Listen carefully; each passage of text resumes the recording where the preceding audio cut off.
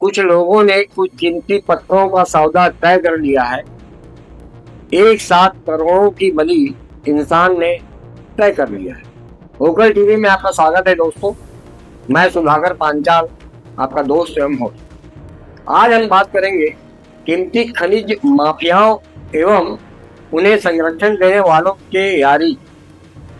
लोग सवाल पूछ रहे हैं कि क्या देश की खनिज संपदा को बेचा जा रहा है? अगर सच है तो इंसानी लालच की पराकाष्ठा। खनन माफियाओं के तांडव ने छत्तीसगढ़ के बस्तर, सरगुजा, रायगढ़ के घने जंगलों सहित राजस्थान, गुजरात, हरियाणा, दिल्ली जैसे क्षेत्र से लगे अरावली पर्वतों को तहस नहस कर अपनी कभी न मरने वाली भूख मिटाने का पूरा इंतजाम किया हुआ है, जिसे सत्ता के धुरंधरों के बिना पूरा नहीं किया जा सकता। सरकार जिसकी, देश की संपत्ति उसकी। सत्ता में बैठे लोगों को शासकीय संपत्ति, खनिज संपदा, जल जंगल, जमीन बेचने का ठेका बिना टेंडर मिल जाता है, जिसे अपनी सुविधा अनुसार अपने चाहतों को टेंडर लीज के आधार पर बेच भी दिया जाता है। आंदोलनरत देश की जनता को भविष्य में अर्थव्यवस्था के सुधार का हवाला देकर उन्हें शांत करने का प्रयास भी किया जाता है। नहीं मानने पर लाठीचार्ज का करारा सहारा लिया जाता है। फिर भी ना माने तो हवालात की हवा खाने जेल भेज दिया जाता है। खनन माफियाओं को इससे कोई फर्क नहीं पड़ता कि उनके द्वारा उजाड़े जाने वाले जंगलों से, खुदाई से पर्यावरण संतुलन का असर जीव जंतुओं से लेकर मानव जाति पर कितना दुखदायी और जानलेवा साबित होगा। आरोप की बात करें तो वर्तमान में खनन माफिया में सबसे ऊपर नाम है अडानी का। ऐसा भी नहीं कि सिर्फ अडानी ही हो, छत्तीसगढ़ के उद्योगपति भी इसमें शामिल है, जिनमें हीरा ग्रुप भी एक नाम है, जो सत्ता शीर्ष पर रहने वालों के रहमो करम पर छत्तीसगढ़ के बस्तर, रायगढ़, सरगुजा की धरा में 100 वर्ष से लेकर 500 वर्षों के घनत्व वाले मोटे मोटे पेड़ों को अब तक जमींदोज कर चुके और बहुत कुछ करने भी जा रहा है। खनिज संपदा के नाम खनिज प्रक्रिया जारी है। यह सब कहने के पीछे की मंशा यह है कि खनन माफिया और सत्ताधारी दिग्गजों का तालमेल और गठजोड़ फेविकॉल से ज्यादा मजबूत है। यह कहने में हिचक इसलिए भी नहीं क्योंकि इधर पेड़ों को बचाने उस धरा पर निवासरत आदिवासी एवं आम लोगों के अलावा मानवाधिकार संस्थाओं का आंदोलन भी जारी है।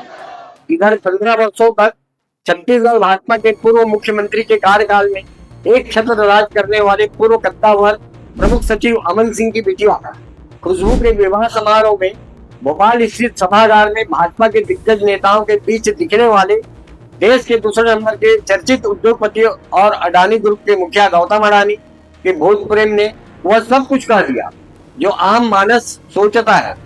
विवाह समारोह में भाजपा नेताओं की भीड़ में ऐसे चेहरे भी शामिल थे जिन्हें वर्षों बाद देखा गया, जिनमें 20 वर्षों तक छत्तीसगढ़ भाजपा सरकार को नियंत्रित करने की जिम्मेदारी थी।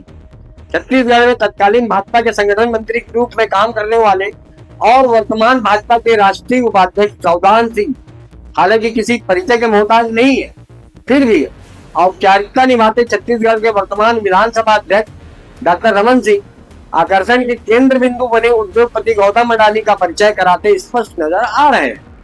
किसी के विवाह समारोह में किसी का शामिल हो जाना स्वाभाविक है, किंतु कांग्रेस कार्यकाल में कांग्रेस अडानी के भाईचारे पर सवाल उठाने वाली भाजपा सरकार के दिग्गजों की गलवैया पर लोग सवाल तो उठाएंगे।